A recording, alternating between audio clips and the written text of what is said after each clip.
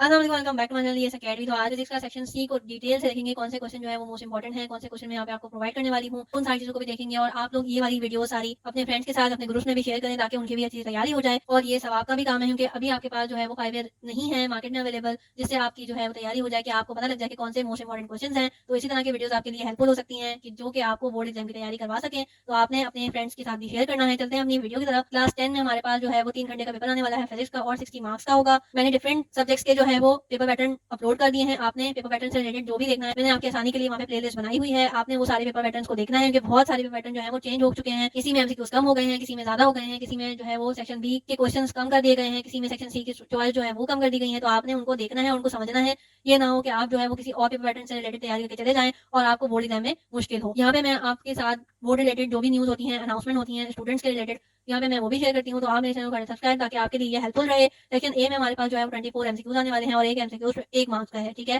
Section B में हमारे पास short question आने वाले हैं जिसकी ऑलरेडी मैं डिटेल वीडियो अपलोड कर चुकी हूँ कि 10 क्लास में फिजिक्स के रिलेटेड कौन से क्वेश्चन इंपॉर्टेंट हैं। आपने उन सारे क्वेश्चंस को अच्छे से देखना है, समझना है और उनकी प्रैक्टिस करनी है। जो भी न्यूमेरिकल मैंने प्रोवाइड करे हैं आप उनकी भी प्रैक्टिस करें। और वहाँ पे मैंने आपके लिए शॉर्ट क्वेश्चन थ्योरी बेस यानी कि कॉन्सेप्ट बेस भी आपको प्रोवाइड किए हैं, तो आपने उनको भी देखना है। ओवरऑल आपने 8 शॉर्ट क्वेश्चन अटेम्प्ट करने हैं और एक शॉर्ट क्वेश्चन जो है वो 3 नंबर का है। सेक्शन सी की बात करें जिसको आज हम डिटेल से लिखने वाले हैं और इसके प्रैक्टिस क्वेश्चन भी मैं यहाँ पे प्रोवाइड करने वाली हूँ। आपको समझाऊंगी भी कि किस तरह के क्वेश्चन यहाँ पे गिवन है। तो 2 लॉन्ग क्वेश्चन आपने ओवरऑल अटेम्प्ट करने हैं सेक्शन सी में और एक लॉन्ग क्वेश्चन 6 नंबर का है। उसके बाद अब आ जाते हैं सेक्शन सी पे। सेक्शन सी आपके पास क्वेश्चन नंबर 14 से स्टार्ट होगा, क्वेश्चन नंबर 15 होगा इसमें और क्वेश्चन नंबर 16 होगा। आई होप कि आपको ये तीनों चीजें क्लियर हो गई होंगी कि सेक्शन ए, बी और सी में क्या क्या आने वाला है। अब चलते हैं सेक्शन सी में कि कौन से क्वेश्चन जो है वो आपके लिए इंपॉर्टेंट हो सकते हैं बोर्ड से रिलेटेड। अगेन मैं यहाँ पे आपको सारे पर्सनली प्रैक्टिस क्वेश्चन प्रोवाइड कर रही हूँ जो कि इंपॉर्टेंट हो सकते हैं बोर्ड से रिलेटेड। आपके पास यहाँ पे 5 ईयर अवेलेबल नहीं है तो जिसकी वजह से आप गैस नहीं कर सकते कि कौन से क्वेश्चन जो है वो आ सकते हैं। तो यहाँ पे आपको यही सारी वीडियोस और गैस पेपर्स हेल्पफुल हो सकते हैं कि आपको आइडिया हो जाए कि कौन से क्वेश्चन जो है वो मोस्ट इंपॉर्टेंट है बोर्ड से रिलेटेड। तो चलते हैं अपनी वीडियो के तरफ। सेक्शन बी हमने ऑलरेडी समझ लिया है, उसके प्रैक्टिस क्वेश्चन हमने देख लिए हैं। अब चलते हैं सेक्शन सी पे। क्वेश्चन नंबर 14 से आपके पास सेक्शन सी स्टार्ट होने वाला है। With the help of a रे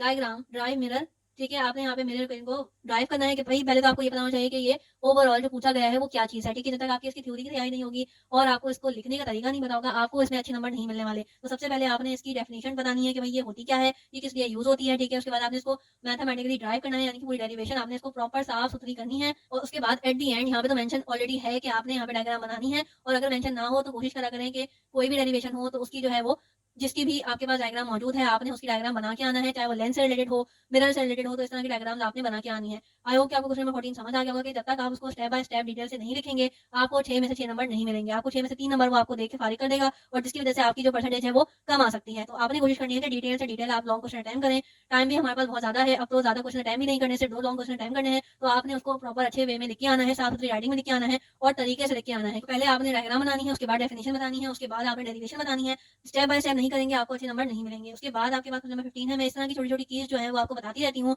अगर आप इन पे अमल करेंगे तो आपके जो है वो मार्क्स आपको देखेंगे कितने अच्छे आने वाले हैं। अभी मेरे से जो बच्चे पढ़ के गए हैं उन्होंने जो है वो इतना हाई स्कोर किया है। तो आप भी अगर इसी तरह से पढ़ेंगे तो आप भी 92 95 इजीली ला सकते हैं। क्वेश्चन नंबर 15 हमारे पास है right 4 properties of each alpha rays, beta rays and gamma rays, ठीक है। आपने ये 3 रेज के बारे में पढ़ रखा है और इसमें आपने जो है वो एक रे की 4 प्रॉपर्टीज बतानी है। तीनों की एक एक नहीं बतानी, आपने तीनों रेस की 4 4 प्रॉपर्टीज बतानी है। पहले 4 अल्फा की बतानी है, फिर 4 बीटा की बतानी है, देन आपने 4 गामा की बतानी है। तो ओवरऑल आपके पास 12 पॉइंट का ये क्वेश्चन कम से कम बनेगा, तभी आपको वो 6 मार्क्स मिलेंगे। आई होप कि आपको ये दोनों क्वेश्चन समझ आ गए होंगे। उसके बाद आपने क्वेश्चन नंबर 16 को अच्छे से पढ़ना है। उसके बाद डिसाइड करना है कि आपने कौन से 2 क्वेश्चन अटेम्प्ट करने हैं जो आपको ज्यादा अच्छे आते हैं। ये नहीं कि क्वेश्चन देखा और टिक लगा दिया और करना शुरू हो गए। पहले आपने पूरा पेपर पढ़ना है, समझना है, उसके बाद अटेम्प्ट करना है कितनी चॉइसेस गिवन है, कौन कौन से क्वेश्चन मुझे आते हैं, कौन कौन से जो है वो अटेम्प्ट करना सही है मेरे लिए। क्वेश्चन नंबर 16 हमारे पास है define simple harmonic motion and prove with diagram that the motion of a body attached to the end of spring execute simple harmonic motion, ठीक है। आपने इसकी अगेन पूरी ही डेरिवेशन है एक तरह से ये कि आपने सबसे पहले बताना है कि वो क्या होता है। तो कोशिश करें कि अगर आपको इसकी डायग्राम रिलेटेड कोई चीज आती है तो पहले आप डायग्राम बना दें, उसके बाद आपने इसकी डेफिनेशन बतानी होती है,